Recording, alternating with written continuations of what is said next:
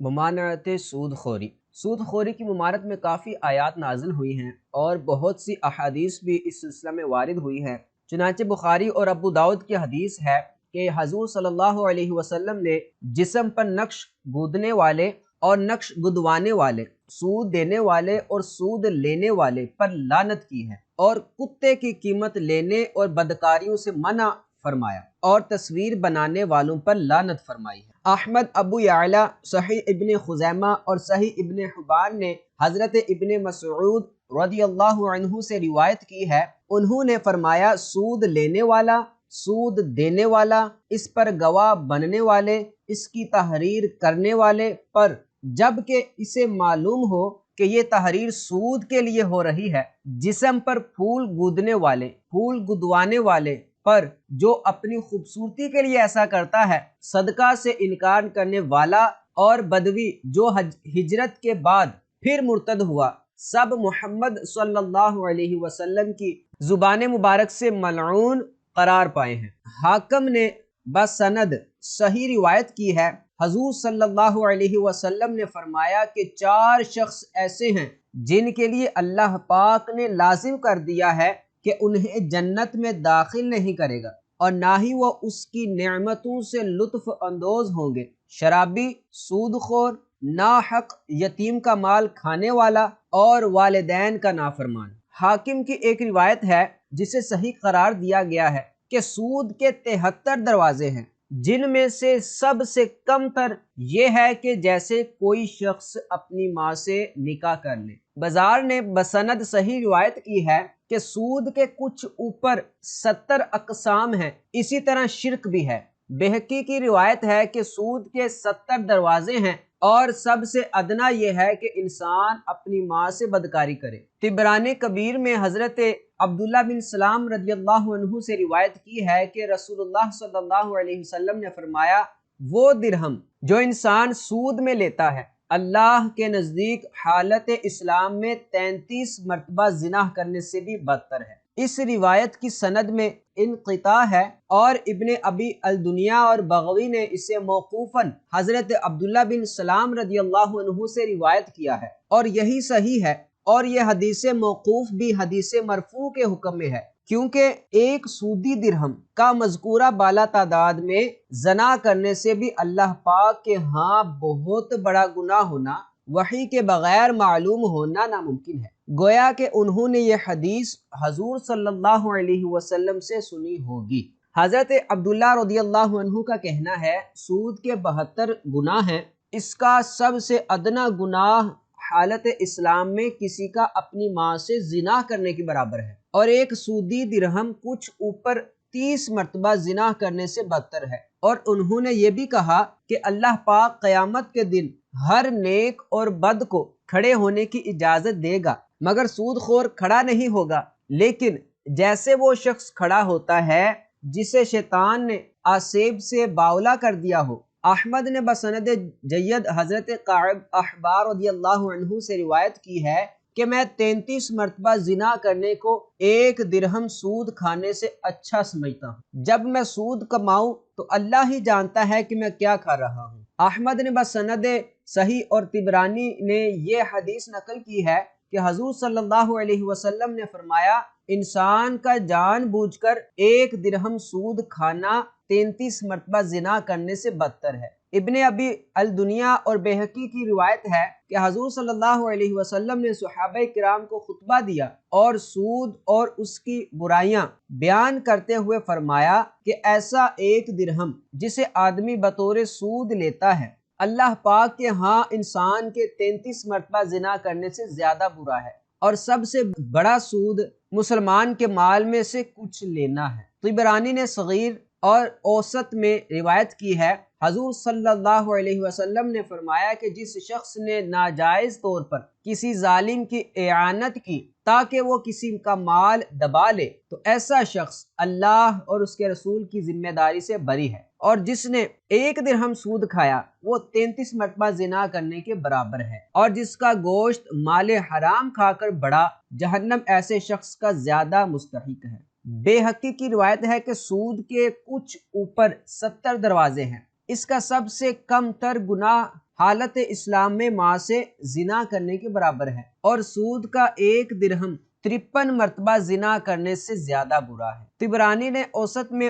عمرو بن راشد رضی اللہ عنہ سے روایت کیا ہے کہ سود کے 72 دروازے ہیں، ان میں سے ادنا دروازہ گناہ آدمی کا اپنی ماں سے زنا کرنے کے برابر ہے، اور سب سے برا سود یہ ہے کہ انسان اپنے بھائی کے مال کی طرف ہاتھ لمبا کرے، یعنی سود میں مسلمان بھائی کا مال لے۔ ابن ماجہ اور بیہقی نے ابی معشر سے، انہوں نے ابو سعید مقبوری سے، اور انہوں نے حضرت ابو ہریرہ رضی اللہ عنہ سے روایت کی ہے کہ حضور صلی اللہ علیہ وسلم نے فرمایا، سود میں 70 گناہ ہیں، سب سے ادنا گناہ یہ ہے کہ جیسے آدمی اپنی ماں سے نکاح کر لے۔ زنا اور سود کا عام ہو جانا عذاب الہی کو دعوت دیتا ہے۔ حاکم نے سند صحیح کے ساتھ حضرت ابن عباس رضی اللہ عنہما سے روایت کیا ہے کہ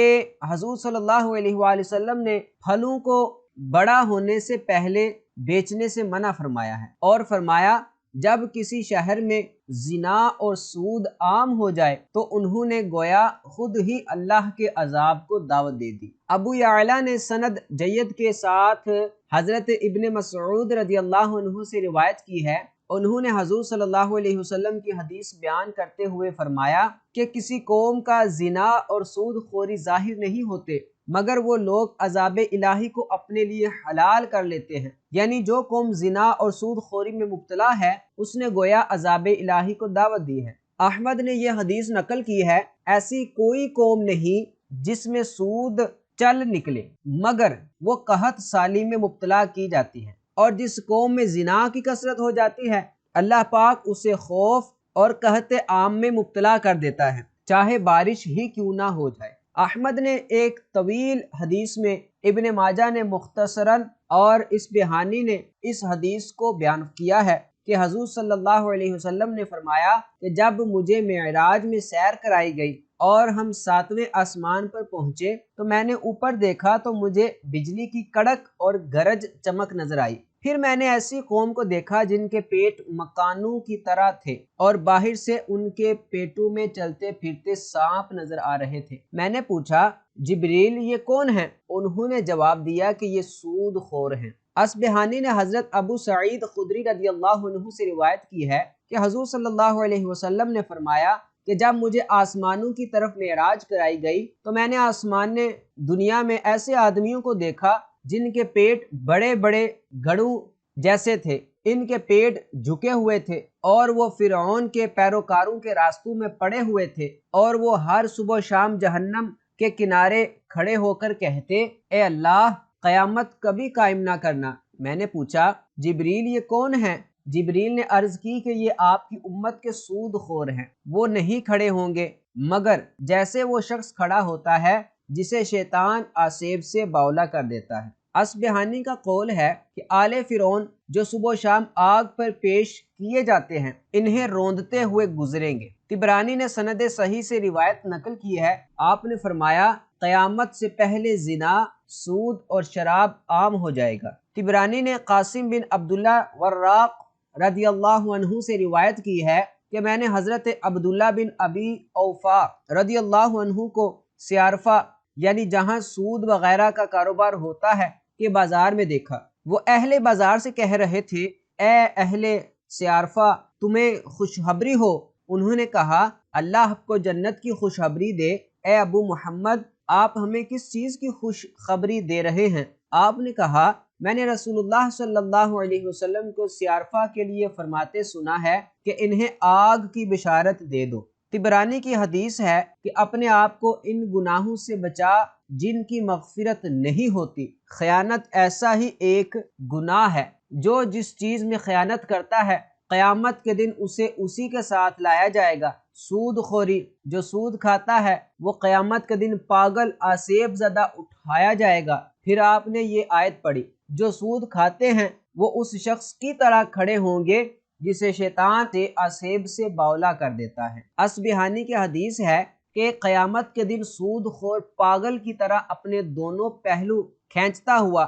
آئے گا۔ پھر آپ نے یہ آیت پڑھی وہ اس شخص کی طرح کھڑے ہوں گے جسے شیطان آسیب سے پاگل کر دیتا ہے۔ ابن ماجہ اور حاکم کی حدیث ہے، حضور صلی اللہ علیہ وسلم نے فرمایا کہ جو بھی سود سے اپنا مال بڑھا لیتا ہے آخر کار وہ تنگ دستی کا شکار بنتا ہے۔ حاکم نے باسند صحیح یہ حدیث نقل کی ہے کہ سود خواہ کتنا ہی بڑھ جائے آخر کار قلت پر منتج ہوتا ہے۔ ابو داؤد اور ابن ماجہ نے حسن رضی اللہ عنہ سے، انہوں نے حضرت ابو ہریرہ رضی اللہ عنہ سے روایت کی ہے، یعنی محدثین نے حضرت ابو ہریرہ سے حسن کے سماع حدیث میں اختلاف کیا ہے۔ جمہور کا قول ہے کہ سماع ثابت نہیں ہے۔ حضور صلی اللہ علیہ وسلم نے فرمایا، لوگوں پر ایسا زمانہ آئے گا کہ ان میں کوئی بھی ایسا نہ ہوگا جو سود نہ کھاتا ہو، اور جو سود نہیں کھائے گا سود کا غبار اس تک ضرور پہنچ جائے گا۔ عبداللہ بن احمد نے زوائد المسند میں یہ حدیث نقل کی ہے کہ قسم ہے اس ذات کی جس کے دست قدرت میں میری جان ہے، البتہ میری امت کے لوگ برائیوں میں رات گزاریں گے، عیش و عشرت کریں گے اور لہو و لعب میں مشغول ہوں گے۔ جب صبح ہوگی تو اللہ کی حرام کردہ چیزوں کو حلال کرنے، عورتوں سے گانا بجانا سننے، شراب پینے، سود کھانے اور ریشم پہننے کے سبب سور اور بندر بن جائیں گے۔ احمد اور بیہقی کی حدیث ہے، حضور صلی اللہ علیہ وسلم نے فرمایا، اس امت کا ایک گروہ کھانے پینے اور لہو و لعب میں رات گزارے گا، جب صبح کریں گے تو ان کی صورتیں مسخ ہو چکی ہوں گی، وہ بندر اور خنزیر ہوں گے، اور البتہ وہ زمین میں دھنسیں گے اور ان پر پتھر برسائے جائیں گے، یہاں تک کہ لوگ کہیں گے فلاں گھر اور فلاں لوگ زمین میں دھنس گئے ہیں، اور بلا شبہ ان پر پتھروں کی بارش کی جائے گی جیسے قوم لوط پر کی گئی تھی۔ ان کے قبائل پر، ان کے گھروں پر یہ ابتلا ان کے شراب پینے، ریشمی لباس پہننے، گانے بجانے کی محفلیں منعقد کرنے، سود کھانے اور قطع رحمی کے سبب ہوگا۔ صلو علی الحبیب صلی اللہ علی محمد صلی اللہ علیہ وسلم۔